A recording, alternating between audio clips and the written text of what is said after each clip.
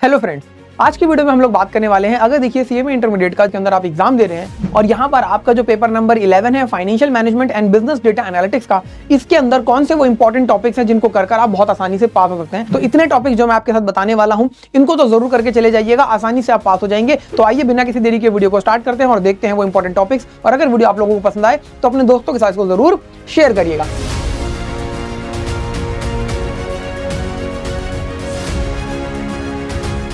तो सर यहां पर अगर मैं आप लोगों से कहूं कि आपका किस तरीके का देखिए वेटेज है टॉपिक्स की, तो आपके सामने ये स्टडी मटेरियल देखिए ओपन कर लिया गया है। इसके अंदर क्लियरली हमें यहां पर दिख रहा है कि देखिए आपके जो ये टॉपिक नंबर 3 से लेकर टॉपिक नंबर 7 तक है, ठीक है जी, जिसमें आपका tools for financial analysis, source of finance and cost of capital, capital budgeting, working capital management और financing decision of the firm, ये बहुत ज्यादा इंपॉर्टेंट टॉपिक्स है। इनको आपको अच्छे से करके जाना है। अब यहां पर भी इन टॉपिक्स के अंदर कौन सी वो चीजें हैं जो हमें खास तौर पे देखनी है, वो हम अभी इन डेप्थ डिटेल में समझने वाले हैं। इससे पहले हम बात करें सेक्शन बी की, बिजनेस डेटा एनालिटिक्स की, तो यहां पर देखिए आपको अपना ये topic number 9 data processing, organisation, cleaning and validation, ये करके जाना है। इसके साथ साथ डेटा एनालिसिस एंड मॉडलिंग, ये आपको देखिए बहुत अच्छे से करके जाना है। अब चलिए बात करते हैं एफएम के अंदर कौन से वो इंपॉर्टेंट टॉपिक्स इन डेप्थ में आपको करके जाने हैं। तो आपके साथ मैं यहां पर देखिए लेने वाला हूं। तो देखिए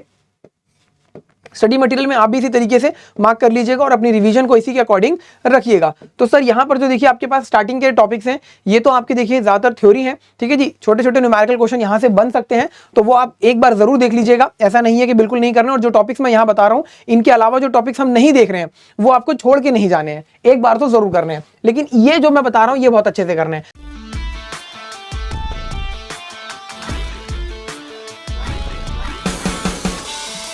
तो देखो ध्यान से समझना जरा, यहां पर आपका जो मॉड्यूल 3 है टूल्स फॉर फाइनेंशियल एनालिसिस का, इसके अंदर आपको रेशियो एनालिसिस बहुत अच्छे से करके जाना है। यहां से एग्जाम में क्वेश्चन पूछा जा सकता है। इसके साथ साथ आपका फंड फ्लो स्टेटमेंट और कैश फ्लो स्टेटमेंट काफी ज्यादा इंपॉर्टेंट है। इन दोनों को आपको अच्छे से करके जाना है, ठीक है जी। चलिए बात करते हैं आगे।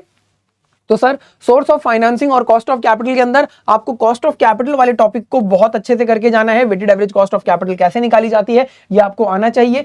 Cost of equity, cost of preference shares, cost of retained earning, cost of debt, ये सारी चीजें आपको यहाँ पर पता होनी चाहिए। विद फॉर्मूला आप देखिए एग्जाम में प्रेजेंट करेंगे, ठीक है जी, फॉर्मूला जरूर लिखेंगे। बात करें सर अगर आपके अगले टॉपिक की, that is capital budgeting, again one of the most important topic. यहां पर देखिए आपको ये पूरा का पूरा 5.1 से लेकर 5.4 तक बहुत अच्छे से करके जाना है। और इस वाले को एक बार जरूर देख लीजिएगा, ठीक है जी, रीड करके जाइएगा।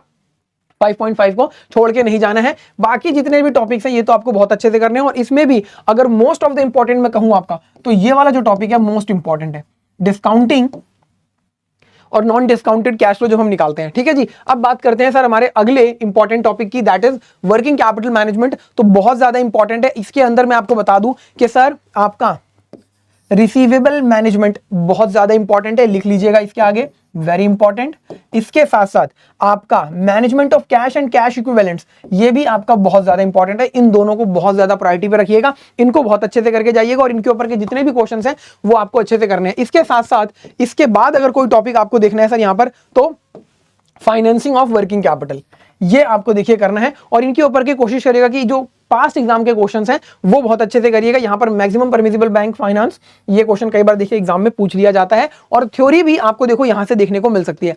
तो इन टॉपिक्स के न्यूमेरिकल क्वेश्चंस के साथ साथ थ्योरी भी साथ साथ ही प्रिपेयर करके चलिएगा। ऐसा नहीं है कि एंड में हम न्यूमेरिकल कर लेते हैं बाद में थ्योरी करेंगे, तो ऐसा नहीं करना। इसके साथ साथ सर जो आपका फाइनेंसिंग डिसीजन है, इसके अंदर देखिए आपको कौन से टॉपिक्स करके जाने हैं, leverage analysis and EBIT EPS analysis और आपका डिविडेंड डिसीजन, ये दो टॉपिक्स आपको बहुत अच्छे से करके जाने हैं। बाकी के टॉपिक्स आप बस एक बार देख लीजिएगा, ठीक है जी। और कैपिटल स्ट्रक्चर थ्योरीज के अंदर आपकी जो एमएम अप्रोच है, जहां पर आर्बिट्रेज की बात बताई जाती है, उसको देख लेना एक बार, ठीक है जी। तो ये तो हो गए आपके एफएम के वो इंपॉर्टेंट टॉपिक्स जो आपको बहुत अच्छे से करके जाने हैं, ठीक है जी। इनको बिल्कुल भी नहीं आपको छोड़ना है। तो ये सारे वो इंपॉर्टेंट टॉपिक्स हैं। और इसके साथ साथ जो आपका सेकंड पार्ट है देखिए, जिसमें आपकी इक्वल वेटेज आप दिखाई दे रही है आपको यहां पर, इसके अंदर देखिए मैं आपको कहूंगा कि ये जो आपका 9 और 11, इन दोनों को बहुत अच्छे से कर लीजिएगा। और इतना अगर आप कर लेते हैं तो बहुत आसानी से पास हो जाएंगे। बाकी देखिए टॉपिक्स के ऊपर भी हमने सब्जेक्ट्स के ऊपर इस तरीके से वीडियो बना रखी है, जहां पर ये चीज बताई गई है कि कौन से इंपॉर्टेंट टॉपिक्स हैं जो आपको एग्जाम में जरूर करके जाने चाहिए। उन सब का भी लिंक डिस्क्रिप्शन में दिया गया है, आप उन वीडियो को देख सकते हैं। मिलते हैं नेक्स्ट वीडियो में, तब तक के लिए थैंक यू सो मच।